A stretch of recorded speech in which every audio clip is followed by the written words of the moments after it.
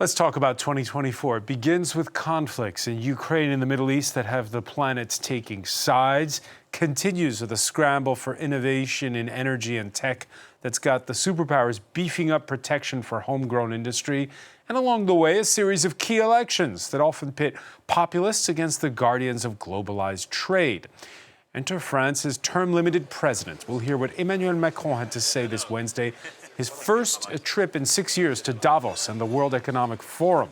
Caught between the investors they need to court and superpowers China and the United States that seem locked in a tariff and subsidy race, do citizens of the European Union want an EU that's open for business or manning its borders?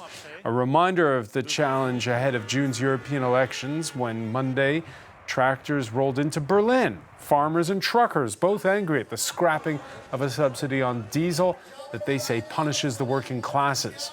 With global warming, the green transition's become a question of national security all around.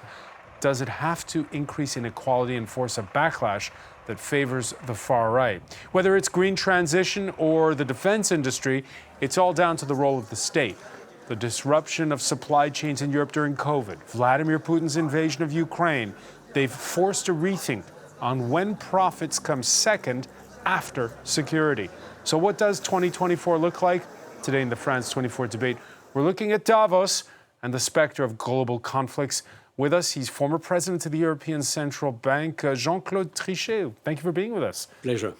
With us as well, commentator, entrepreneur, Jakob Hessler. Good to see you. Good to see you. He's an advisor to Ukraine's president. Alexander Ronyansky is professor of economics at Cambridge University. Welcome to the show. Thank you for having me. Your reactions on the hashtag F24 debate. Yeah, every January, they go up the mountain. Davos is that place where Volodymyr Zelensky can bump into the CEO of U.S. banking giant JP Morgan Chase, where civil society can be in the room or outside demonstrating. Like climate activists, some of whom paraded in clown costumes to press the high and mighty to reset priorities. This year, the big names include China's premier, Li Qiang, Beijing's highest-ranking representative to attend Davos since President Xi back in 2017. Jean-Claude Trichet, your thoughts on what's Davos all about? Well, it's a place where you meet. It's some kind of ideas and marketplaces where you are exchanging notes, exchanging views. So I think it's certainly useful. You don't expect Davos to do anything or Davos to conclude on anything, but you expect a lot of interaction. And it doesn't seem to me totally useless, to be frank. Give us an example of a time when you were at Davos and the unexpected happened. Unexpected events are always happening, so you have to prepare for the unexpected at any time and anywhere. But of course, when you are immediately after something like a Lehman crisis, when you are immediately after the start of the crisis of the sovereign risk in Europe and so forth, you have a lot of matter to discuss, to exchange views, exchange notes. As you know, maybe central banks are meeting regularly every 2 months and they compare notes. They are not at all visible. They are very discreet, but it's so important, even if there is no joint decisions, but there are a lot of exchange of views, exchange of notes, and it is the way the world is functioning. Right. So it's different from, a G7 or a G20 summit where the agenda is all spelled out before. Nothing to do. Normally, a G7 should decide, even if, of course, it is prepared, but then you have to crystallize the preparation. We are not at all in the same universe, of course, in Davos. Fortunately so, because they have no particular legitimacy in terms of democratic legitimacy or any kind of political legitimacy. But again, it's a place where everybody is supposed to meet. All right, and it's not always specifically about doing deals per se. The star of the day may be Emmanuel Macron, but the star of this year's Davos is Ukraine's president. Alexander Ronyansky, Volodymyr Zelensky attending in person this time. What was the aim for him? That's right. Well, I can echo the words just said. Davos is obviously a special place, a place of unprecedented and unmatched concentration of both power and money, I would say. I've been there several times myself. So the expectations for our president and the priority was quite high. The delegation this year is also larger than the previous years. And obviously, it's not just about business. Our president had several goals. It was obviously echoing the support, the economic support, asking for more economic support, mobilizing business, if you want, internationally asking for more investment, etc. And there were a couple of meetings and panel discussions with that objective in mind. But the other part was obviously political. I mean, Davos is not just an economic conference, although it is primarily conceived as an economic forum. It is also a venue for political statements, and that's also part of what our president and our government's team did over there. One meeting that Volodymyr Zelensky did not get was with China's premier. Why not? So I can't go into the details here, obviously. Look, we can all speculate. We know what's publicly available in terms of the information we know about China's position internationally. They've been very close to Russia. We know that there is support, essentially, that they're giving to the Russian war effort directly or indirectly. We see traces of it. So obviously, that's the elephant in the room. I'm not going to say anything more concrete here, but we have what we have. And China is, despite it backing Russia, an important trading partner for you. China is an important trading partner globally, I think, for any country at this point. It is an important trading partner for Ukraine, although I would say, by and large, the only really important trading partner for us these days is the European Union. It's Europe more generally, and it's our Western allies. It's the United States, Canada, etc. China is important, but China is, despite its economic prowess in its size, is still pretty far away, and it has obviously some special nuances that are attached to this relationship. Jakob Hessler, the fact that you had both the Chinese premier and the U.S. Secretary of State in Davos, is that a sign that that COVID's finally behind us and that it's quote unquote back to normal, or not? I'm not sure it's about COVID. I think it's about the recognition by both sides that there needs to be some way to manage the ongoing antagonism, and that while you may be competing for power in a world that is increasingly unstructured, you can't just let it go hayway. And I think that's part of the recognition. There are other signs, there are signs of U.S. industry pushing for a sort of softer stance on China in the U.S. There are signs of... Even if it's an election year. Yeah, there have been signs, China has been granting visas to U.S. visitors more easily recently. So there is some way, I think, some recognition. That doesn't mean that things are going well, but at least people are talking to each other, recognizing that they are not, which is probably better than if they didn't. All right. And in the middle then comes Emmanuel Macron. His pitch to Davos, the same as the one he's been making the last couple of weeks domestically, ever since a big cabinet shakeup, emphasizing the words middle classes and a stronger role for the state in the face of U.S. and Chinese subsidies. But we cannot be the only ones to regulate, but also the ones who invest less. The US have decided, although they do not quite comply with World Trade rules, to over-invest in their green techs, and the Chinese are doing the same thing. If we are not careful of this, we will be the only ones who comply with the rules, and all we'll have is consumers and no industry. We must invest much more in clean techs. Jean-Claude Trichet, are those crocodile tears where we Europeans are the only ones playing by the rules? Everybody else is subsidizing their green energy to the hilt? It is true, obviously.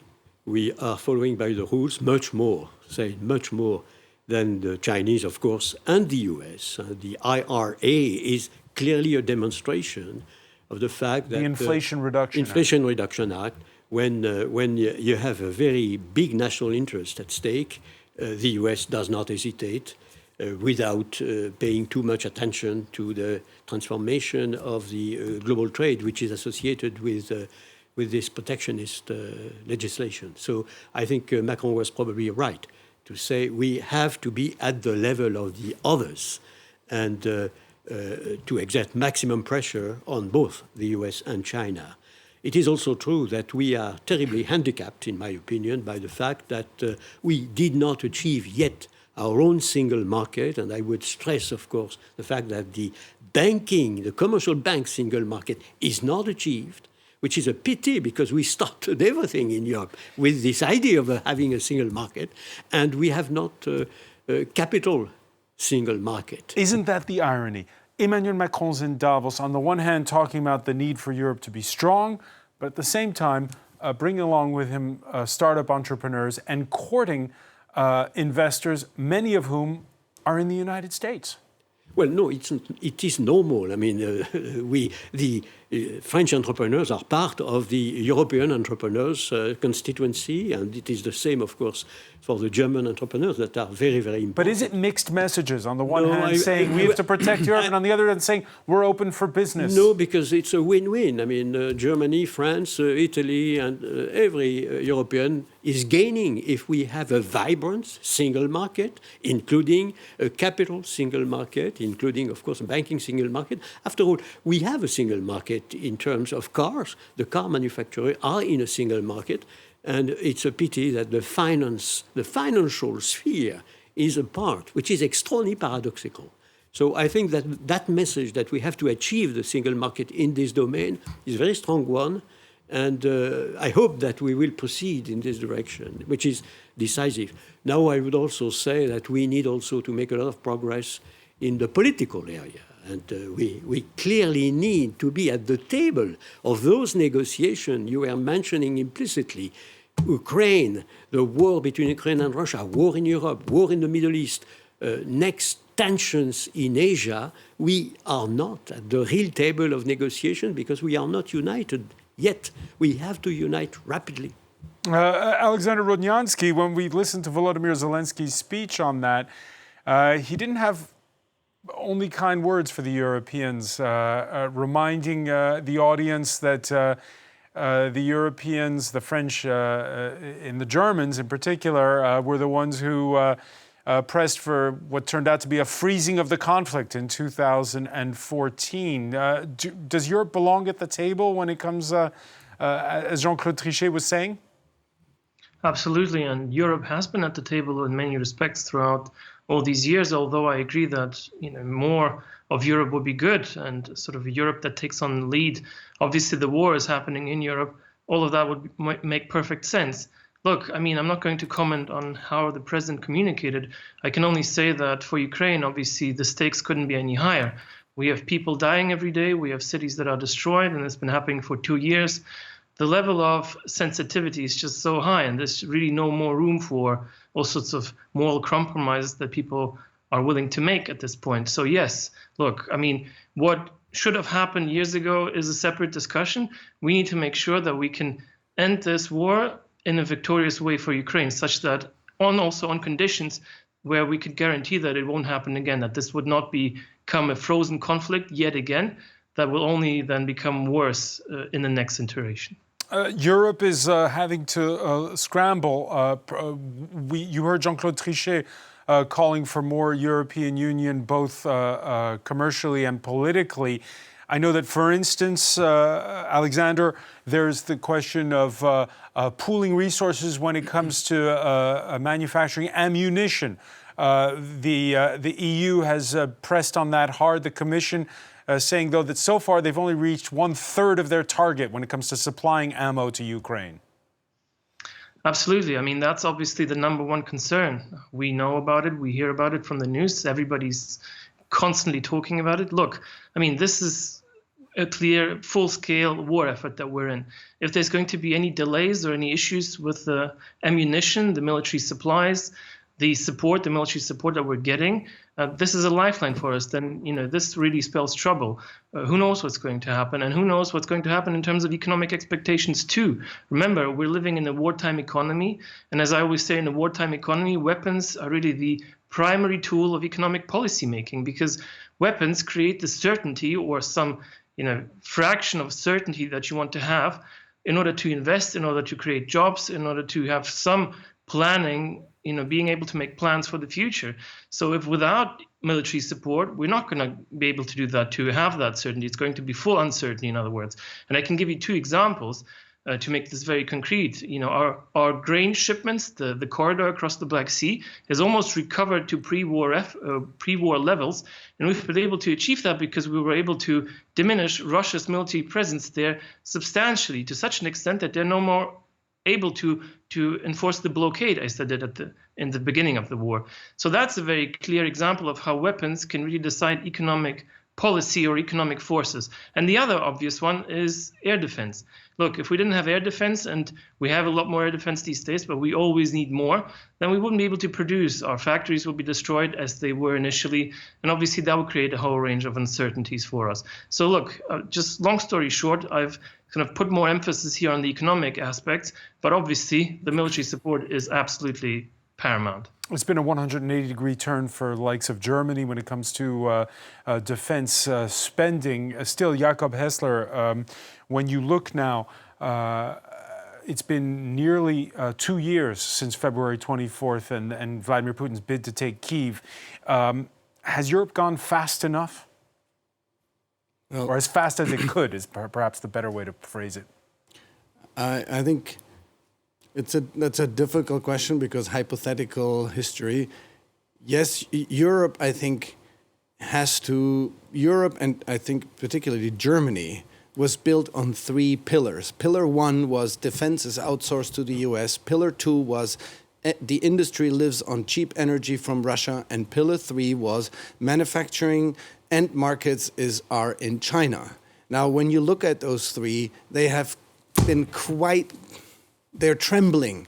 All 3 of them. All 3 of them. And Germany has been, I think, has not yet found its answer to what will it become, how will it change the industrial model. And I think that has been slowing down its response as part of an overall European consensus building effort that has been built. But then you look in terms of military, you had the Germans linking up with the Poles to try and buy air defense equipment readily made from the US, whereas then France was unhappy because they would want to do a European project, but which will take much longer to do.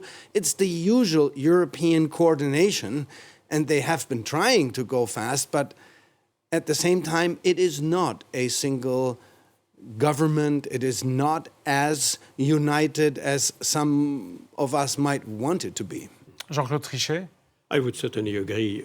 We are badly in need of much more unity. And of course, the ECB, for instance, demonstrates that when you have a good institution, then it can work. And all things that looked absolutely impossible before are more natural. And when you hear Alexander Rodnyansky talk about war effort, is that the mentality Europe should have? That it is that right now they're engaged in part of the war effort, that they have to produce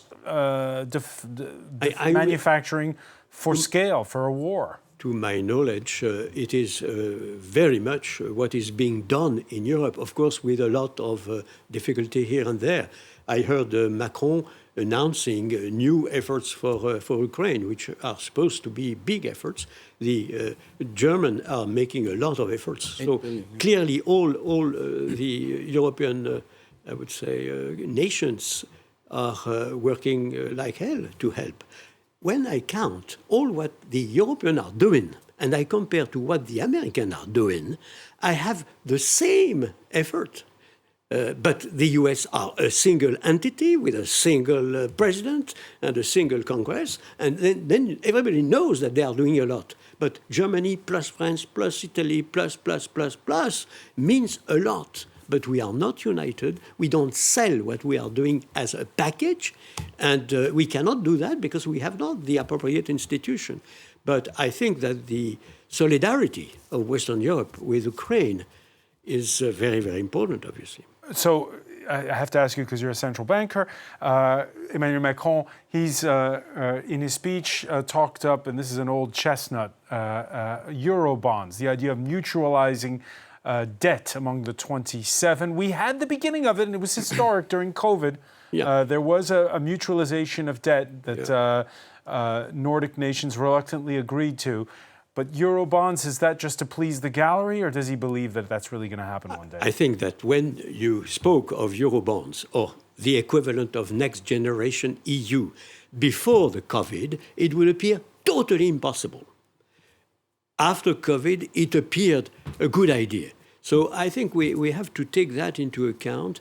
And it seems to me that this idea that we are proceeding in the direction with more united Europe is something which is profound.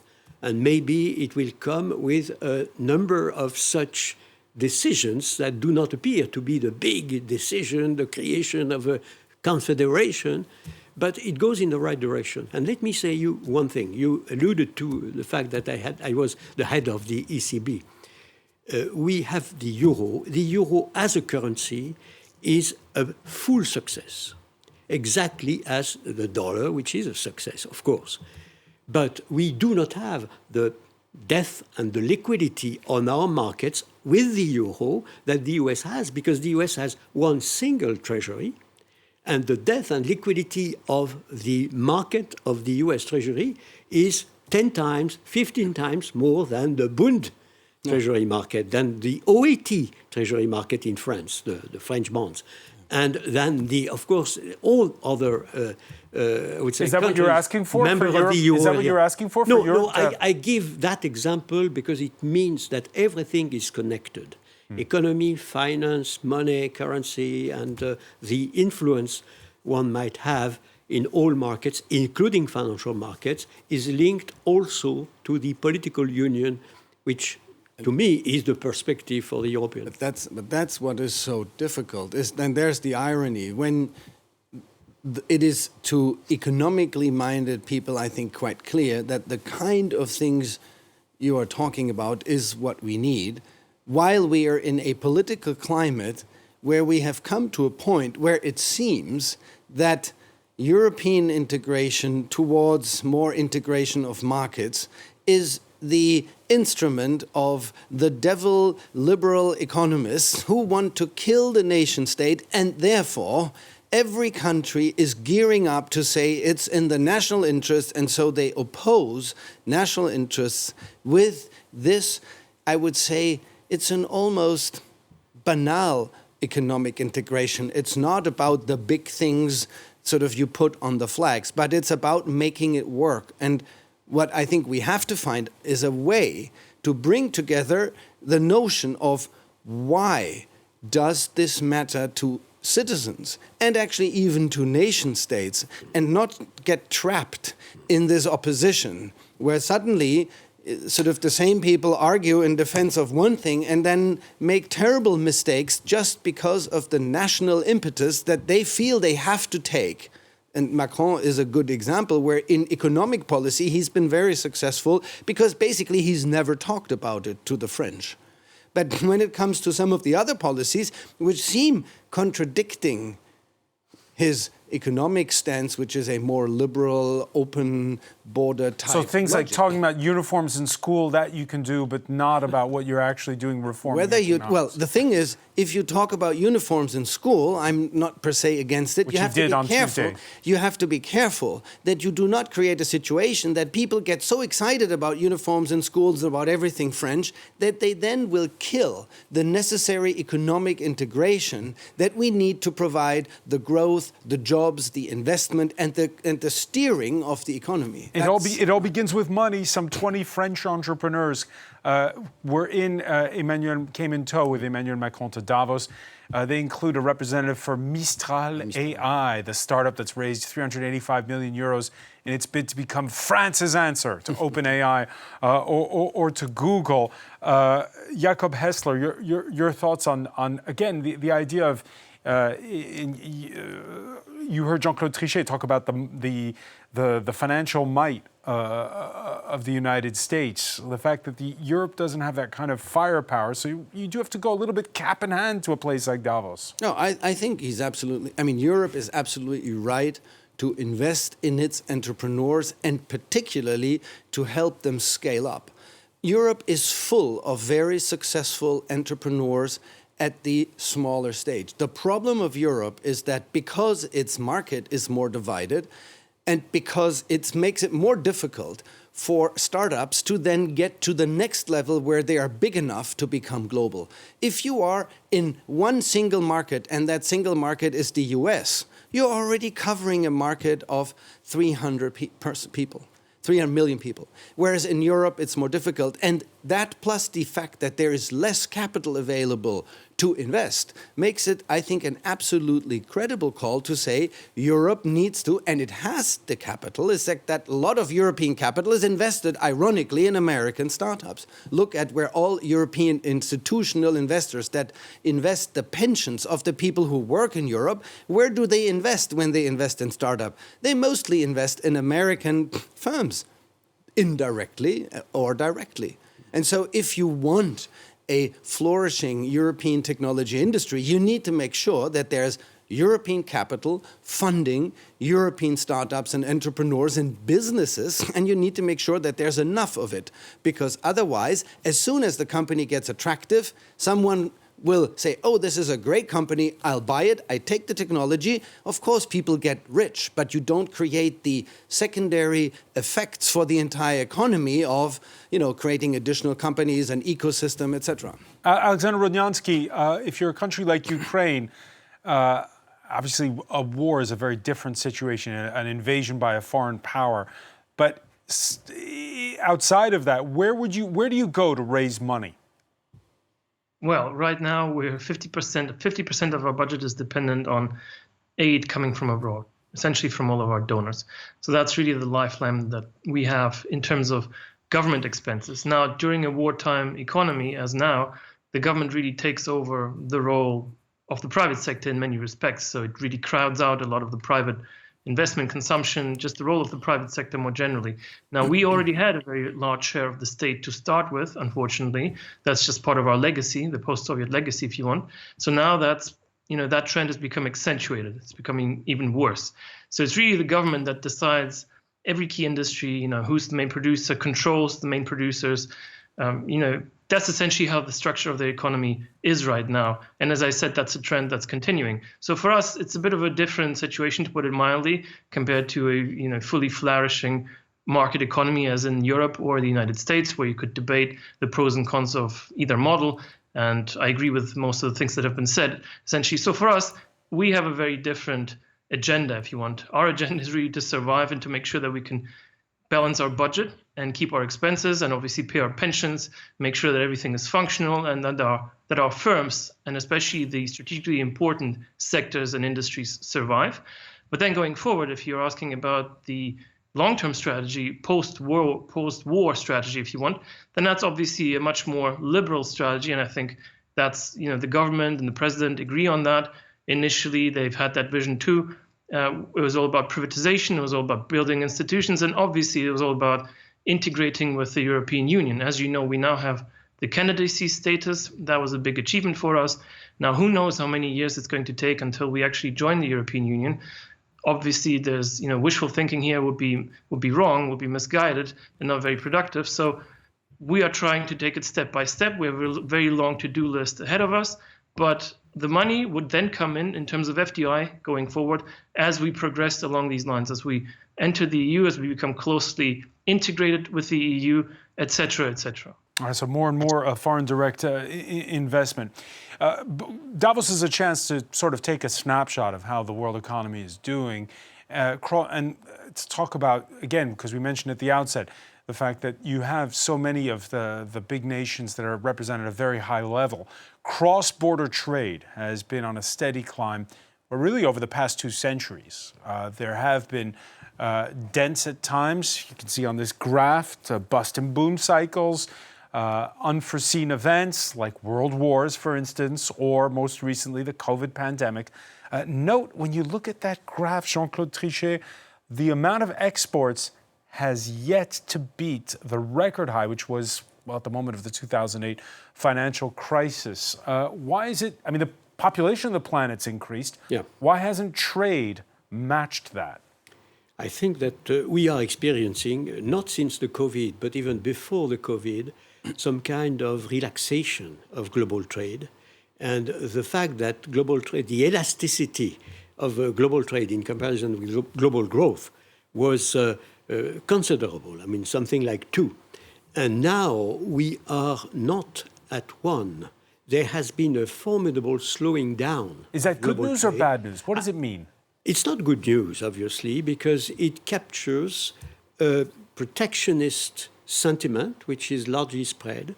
It captures the fact that we have global tensions that are terrible. It captures the fact that the experience of the COVID has demonstrated that a number of economies were feeling that they were badly in need of the components they were used to.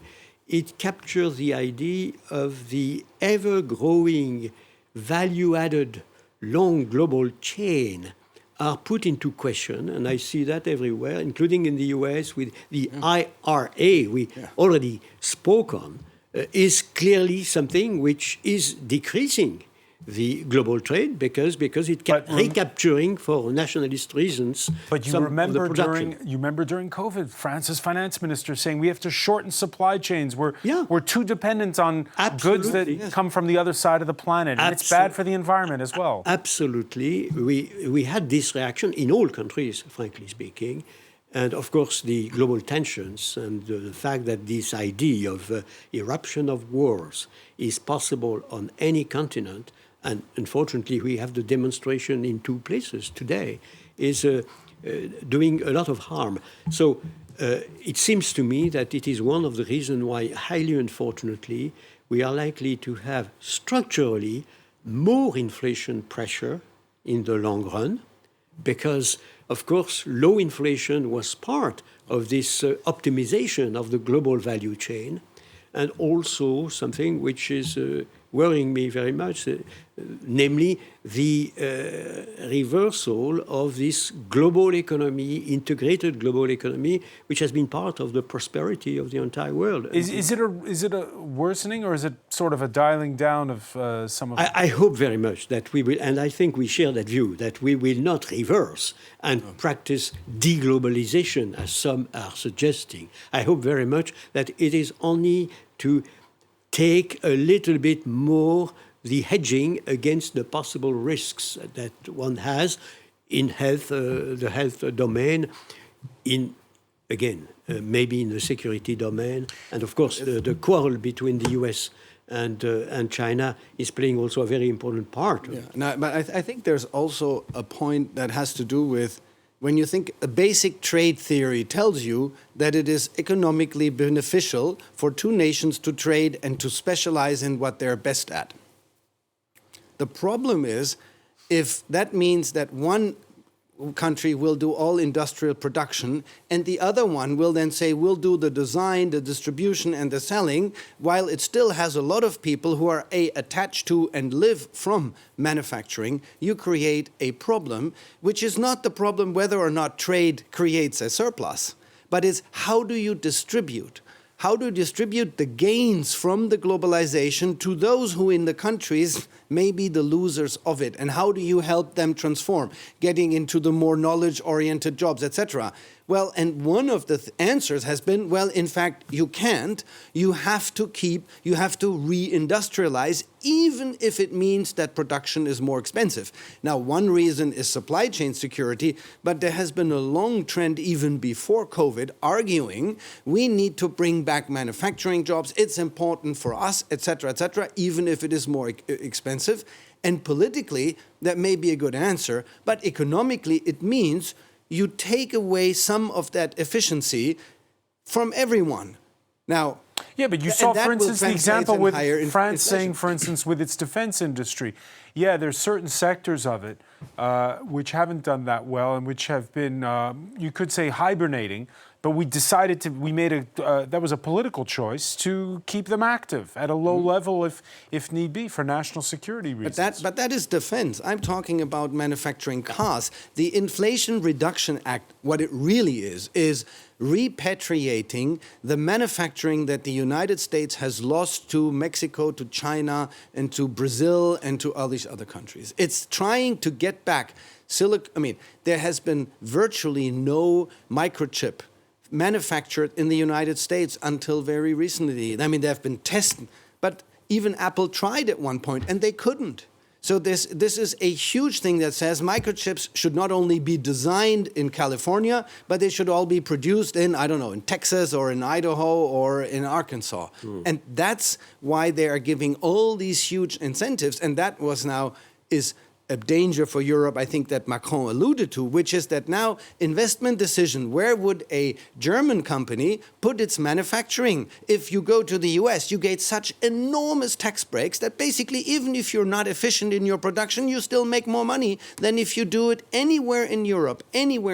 And that is the danger, that you outcompete for trying to repatriate industry and thereby creating an inefficient system without really knowing where to allocate that. And that leads to inflation, I think, as Jean-Claude Trichet has pointed out. I would like very much to echo what was just said. I think it's very, very important. I fully agree with all what has been said.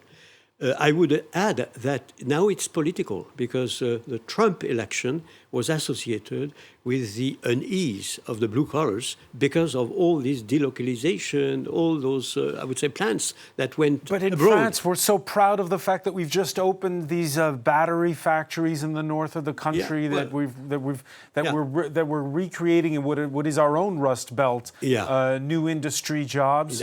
I think it is another big demonstration of the fact that we all advanced economy have to cope with populism, a revolt of the middle class, a revolt of the blue collars, which is very visible in the transition Obama-Trump, which was highly paradoxical, because Trump was supposed to defend the big business, and he happened to be the guy of the blue collars, which is extraordinarily paradoxical, but captures the fact that this economic problem that you underline very, very rightly is also emerging at the political level. And we have in all advanced economy a new way of looking at this, let's say, problem of plants being established abroad. And of course, if we all engage in a war, like IRA is an emblematic illustration, it would be really dramatic. So we have to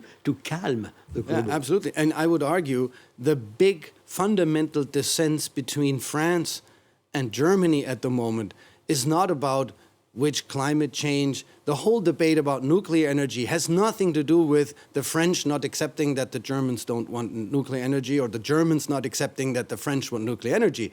It's the fundamental fear of the Germans that if the French are allowed to subsidize their nuclear energy, next generation nuclear energy, they will have cheap energy, and thereby, when they will reindustrialize, they will be much cheaper, they'll have an advantage and lure away industry from Germany to France. That is the underlying fundamental economic fear that many German industrialists and economists have, justified or not, and therefore Germany has been blocking so adamantly, or trying to block France from subsidizing its nuclear energy with whatever green arguments, but it was never about the green arguments, I think. Alexander Rodnyansky, your thoughts on this subsidy race that we're seeing in key sectors? Yeah, look, I mean, it's very interesting. This is really for the local voters, the French, the Germans, Europeans to decide. I'm not going to weigh in on the pros and cons of either policy, whether it should be, nuclear energy, more or less of it. I will say from the Ukrainian perspective, we have a very, bio and defense sector, if you want, right now, for good or for worse. And again, it's primarily driven by the war needs that we have and everything that's happening at the front line day by day. But you could also view it as a sort of, the modern day industrial policy that we're forced to have. So really, this is a sector where a lot of government subsidies are going and aimed at. This is a sector where we're aiming to attract the more investment that we can get, and this is also a topic of discussion at Davos. And every country, every region has their own priorities in that sense. We, by the way, also have nuclear energy, as you know. We were even exporting electricity generated by our nuclear power blocks before the war and at the beginning of the war. Now we have lost the biggest nuclear station. It's under occupation, but we still have 3, and it's 50% of our electricity generation. So we aim to keep that as well. So that's just for context, where Ukraine stands in terms of that debate. But look, economic policy making in terms of industrial policy and development policy is a whole separate agenda that we have. And I can say that the Ukrainian state is very actively involved in terms of subsidizing the particular areas that are important, especially during the wartime. All right, industrial policy, one of the big issues that's coming up with European elections slated for June. A new European Council on Foreign Relations survey finds the two top issues on the minds of voters across the continent are immigration and the environment, terms that can mean different things to different constituencies. Here you see last Monday's protest in Berlin. Thousands of tractors came to push back against the end of a diesel subsidy. With the Constitutional Court in Germany demanding a return to fiscal purity, the finance minister braving the wrath of farmers who feel that the measures punish the little guy. There must not be those who suffer more than others. Here we agree, but everyone must make a contribution. The state subsidies and the value-added tax, which was reduced during the coronavirus crisis, will expire. Well, fair play to Christian Lindner for being able to outshout the boos you can hear in the background. Jakob Hessler, we're here in France, we all know that the Yellow Vest movement began because of a carbon tax. Again, this question of the green transition it's going to be at the heart of the European elections campaign, but maybe not in the way that we thought. Well, I think there's two sides to it. I think there's a legitimate debate about how you actually engineer the green transition and, how do you protect the livelihoods of people today and you protect the livelihoods of people tomorrow, and what is the transition and what are the trade-offs in that transition. And I think today we do not have a very honest debate about it. We have very ambitious transition plans which do not take into account what some of these sort of less economically fortunate, stressed people would actually have to pay and give up, or how or whether they would be compensated. We are sometimes living a bit in a nirvana where if you just got the right technology, we'll all go there and it will be no problem. That's not true. So the path to this ambitious climate transition goal, I think today is not at all clear. And because it's not clear, every measure will be only judged with respect to what it does to the immediate economic situation of people, and you can't really blame them. Now, are they right to do that? And are there budget constraints? Of course. And I think it's obviously unfortunate. But I think unless we have a realistic debate about what reaching climate targets means, implies, and how we will get there, not what we do by 2050, but what will we do by 2030? That's 7 years. And I think no one has a reasonable clue about how that will happen. It's the same, in Germany they were saying, we will stop allowing production of gas burners for heating. Now that may be, for energy, a good idea, and given that gas is now expensive coming from Russia, not from Russia anymore. But heat pumps cost a fortune. But heat pumps cost a fortune. And how can you say we will stop this when you in fact cut off a lot of people from a reasonable means of acquiring heating? Now, you have to think about that beforehand, before you start all kinds of restrictions on what you can't do, what you have to do. And if you don't, you pay for it, because people will then don't understand why you're asking people to make concessions, and they will feel that all the sacrifices have to be made by them, and that the wealthy people who can buy a new Tesla for 100,000 euros, well, whether they buy a new Tesla or a new Porsche for 100,000 euros that has a regular gasoline engine, doesn't matter. So but if you're at the lower end, it does. So more protection, but you have to tread carefully if you're going to regulate. Finally, every year there's a World Economic Forum, and every year, well, the gap between the rich and the poor grows. We saw that since 2020, and that's why we are calling it a decade of division, you've seen the billionaires add almost $3 trillion to their wealth. And on the other hand, 800 million workers in this world have not been able to have wages which match up to the inflation. Jean-Claude Trichet, what's the answer? I think it's more complex, frankly speaking. When I look at the rate of growth of the US, of Europe, of our I would say, societies, and I compare with the rate of growth of India, of China over all the last years. But India today, if I'm not misled, we probably will have 6.3% growth in 23, 6.3% growth in 24 in India, and it will go on and on and on. So no, the catching up process is there. Don't say that the difference, the distance between the wealthy... But for them, the wealthy can be everywhere. It doesn't have to just be... If you compare inside every society, yes. if you compare inside China, inside India, there is a problem, which is the usual problem. And in Europe and in the United States. And in Europe and everywhere, of course. And we already spoke of this inequality, which is a political problem, not only an economic problem, but a political problem in the US, in Europe, in all the advanced economy. It's also true in the emerging world. But the emerging world as a whole is catching up, and we should not forget that. You cannot avoid some distance between the wealthy, including in China, communist country with a lot of billionaires. Everybody knows that.